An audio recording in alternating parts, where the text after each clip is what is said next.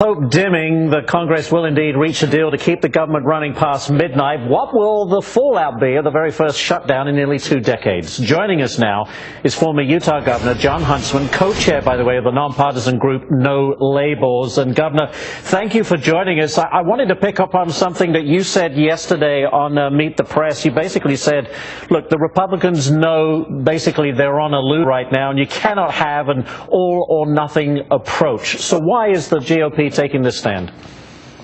Well, Ashley, let me just say that it is shocking to sit here and review the marketplace and to hear the reports from Congress and to even think that the greatest nation on earth today, the largest economy in the world, is being governed based on cliffhangers. I mean, this is a total disservice to the American people. And you have to admit that it is a failure of leadership on both sides.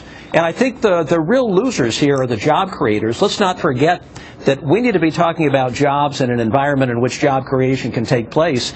And through all of this, in every boardroom across this great country, you've got a lot of businesses that are trying to figure out how to deploy their capital in the marketplace, capital expenditures, expanding their base, hiring new people, and it's an impossible environment in which to do that.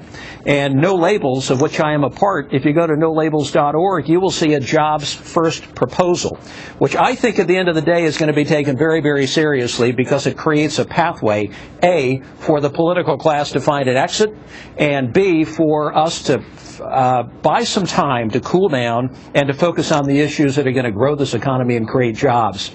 It basically, in the run-up to the debt ceiling, says, let's stand off and let's push out the debt ceiling until unemployment hits 6.5%, which the Federal Reserve has said will be sometime next year.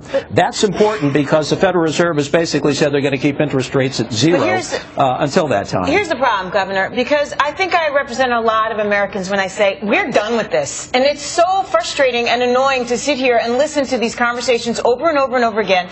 These supposed people that we elected can't make a decision on what they're having for lunch, and yet here we are down to the deadline again and making decisions that don't count towards anything except kicking the can down the road. How many decisions that are consequential for this great nation have been made at the 11th hour, have been made and they're the midnight? Wrong ones, right? And they're the wrong ones. Okay, so what we need is a pathway going forward. We need to buy time for both sides to come together and to talk about the issues that really do matter for this economy: tax reform, energy policy, education policy. All of that gets pushed way to the side when we have these kinds of cliffhangers. So what No Labels is endeavoring to do is to call a ceasefire, not a peace treaty. We're not going to have a peace treaty anytime soon, but a ceasefire. Let's just step back from the precipice for a minute and buy some time until the unemployment rate gets to 6.5%.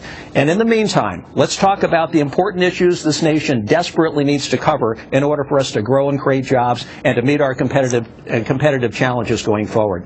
That's what we're putting on the table. That's what's being discussed increasingly by some people on Capitol Hill today and presumably tomorrow. And as we run up to the debt ceiling issue a couple of weeks from now, you know, you think the government shutdown is a big deal? Yeah. The debt ceiling issue is catastrophic if this thing isn't handled right, because it's an increase in the cost of capital for average Americans, for borrowers, for small business people, what it does to the marketplace. The last time we talked about the debt ceiling discussion, I remember it well on the presidential debate stage back in summer of 2011, job creation dropped by 1/3 during those weeks. That's the price we pay for our inability to get on our feet and talk about the real issues. And with that in mind,